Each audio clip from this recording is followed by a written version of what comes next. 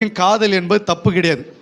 உலகத்தின் ஜனங்களை பொறுத்த வரைக்கும், உலகத்தின் சுபாவங்களை பொறுத்த வரைக்கும், உலக வழக்கத்தின்படி காதல் என்பது அவர்களுக்கு என்ன கிடையாது, இது தப்பு கிடையாது. அது அவங்களுக்கு தெய்வீகமான காதல்.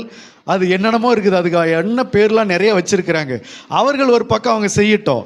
ஆனால் இது கிறிஸ்துவத்தில் இது சரியா, கிறிஸ்துவத்தில் இது ஏற்றுக்கொள்ளப்படுகிறதா, கிறிஸ்துவத்தில் இது காணப்படுகிறதா? அப்படி காணப்பட்டது என்று சொன்னால், நாம் யாக்கோபினுடைய சம்பவத்தை இன்றைக்கு எதை காண்பிக்கிறார்கள். யாக்கோபு திருமணம் செஞ்சான். எப்படி திருமணம் செஞ்சான்? லவ் பண்ணி கல்யாணம் பண்ணா. அதனால நானும் லவ் பண்ணுறேன் அப்படின்னு சொல்லி யாக்கோபுக்கு லவ் பண்ணா. 7 வருஷம் லவ் பண்ணா, தொடாமல் லவ் பண்ணான், தகாத விதமாக நடந்து கொள்ளாமல் லவ் பண்ணான். இன்னைக்கு அப்படி பண்ண முடியுமா யாராவது?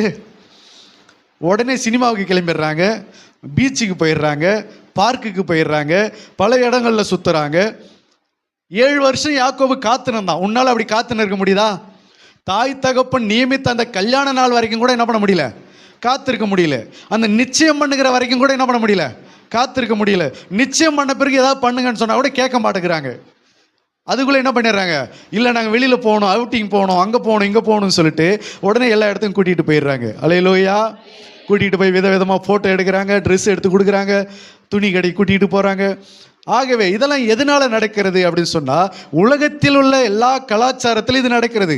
ஆனால் வேதாகமத்தில் இந்த காதல் திருமணத்தை வேதாகமம் எவ்விதமாய் அதை அனுமதிக்கிறது? நீ காதல் செய்வாய் என்று சொன்னால் எந்த விதமாக பண்ண முடிஞ்சா பண்ணு. யாக்கோபை போல, யாக்கோபு ஜபத்துக்கு மட்டும் உரியவன் கிடையாது, மாதிரி கிடையாது. ஜபத்துக்கு மட்டும் யாக்கோபு மாதிரி கிடையாது, காதலுக்கு அவன் என்னவா இருந்தான், மாதிரியா இருந்தான். யாக்கோபை போல போராடி ஜபிக்கணும் அப்படின்னு சொல்றேன் இல்லையா? அப்போ யாக்கோபை போல போராடி ஜபிக்கிறதுக்கு அவன் மாதிரியா இருந்தா, யாக்கோபு காதலுக்கு என்னவா இருக்கிறாங்க, மாதிரியா இருக்கிறான். அப்போ எப்படிப்பட்ட காதலுக்கு அவன் மாதிரியா இருந்தா? ஒரு உண்மையான அன்பு, ஒரு பரிசுத்தமான ஒரு அன்பு, ஒரு தாய் தகப்பனுடைய அனுமதியோடு கூடிய ஒரு அன்பு, தேவனுக்கு